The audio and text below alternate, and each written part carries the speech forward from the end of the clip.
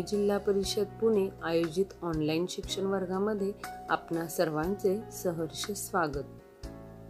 इयत्ता 3री विषय मराठी घटक चित्रवर्णन पान नंबर 63।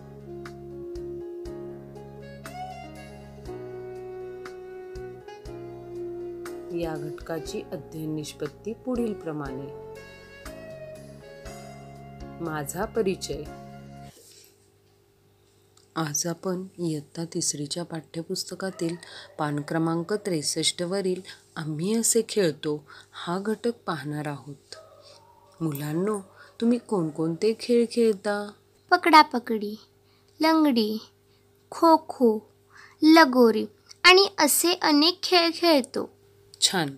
आपल्या पाठ्यपुस्तकातही काही खेळांची चित्रे दिली आहेत। या चित्रांचे निरीक्षण करा व चित्रात काय काय दिसते याचे वर्णन करा। हे पहिले चित्र पहा, याचे बारकाईने निरीक्षण करा व चित्राचे वर्णन करा। हे चित्र शाळेतील दिसत आहे। मुले व मुली लपंडाव खेळत आहेत। बाजूला त्यांच्या बाई उभ्या आहेत। एका मुलावर राज्य आहे।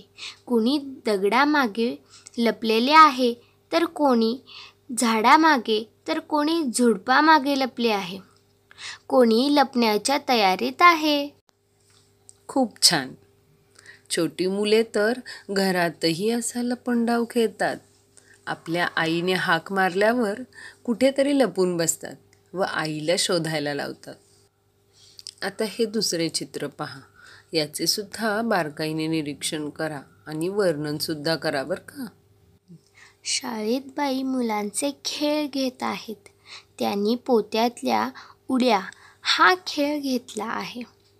मुले मुली खेळाचा आनंद घेत आहेत। या शर्यतीत एका मुलीचा पहिला नंबर आला आहे। छान, सुंदर माहिती सांगितली। आता या चित्राचे निरीक्षण करा। काय काय दिसते सांगा बरं। या चित्रात गुरुजी विद्यार्थ्यांचा चमचा लिंबू हा खेळ घेत आहेत।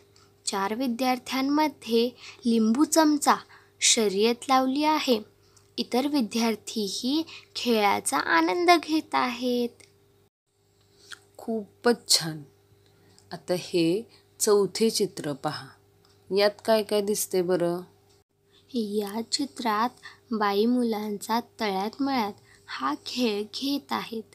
बाईंनी एक वर्तुळ आखलेले दिसत आहे। त्यात काही मुले मुली आहेत। मला वाटते या खेळातून बाद झालेली मुले बाजूला उभी आहेत। छानच। पण हा खेळ कसा खेळतात माहीत आहे का?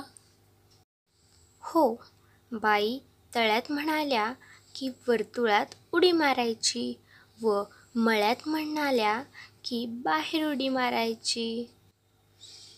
अगदी बरोबर। छानच। विद्यार्थी मित्रांनो, या चित्रामध्ये आज आपण लपंडाव, पोत्यातल्या उड्या, चमचा लिंबू, तळ्यात मळ्यात अशा खेळांची माहिती घेतली। या खेळांमुळे आपले शरीर मजबूत होणार आहे। याशिवाय तुम्हाला आनंदही मिळणार आहे। तुमचे मनोरंजन होते ना। परंतु एवढेच नाही तर चमचा लिंबू, तळ्यात मळ्यात अशा खेळातून तुमची एकाग्रताही वाढणार आहे। म्हणूनच विद्यार्थी मित्रांनो, तुम्ही असे मैदानी खेळ खेळलेच पाहिजेत। स्वाध्याय। प्रश्न पहिला, मैदानी खेळांची यादी करा। प्रश्न दुसरा, तुमच्या आवडत्या खेळांची यादी करा। धन्यवाद। पुन्हा भेटूया पुढच्या पाठाच्या वेळी।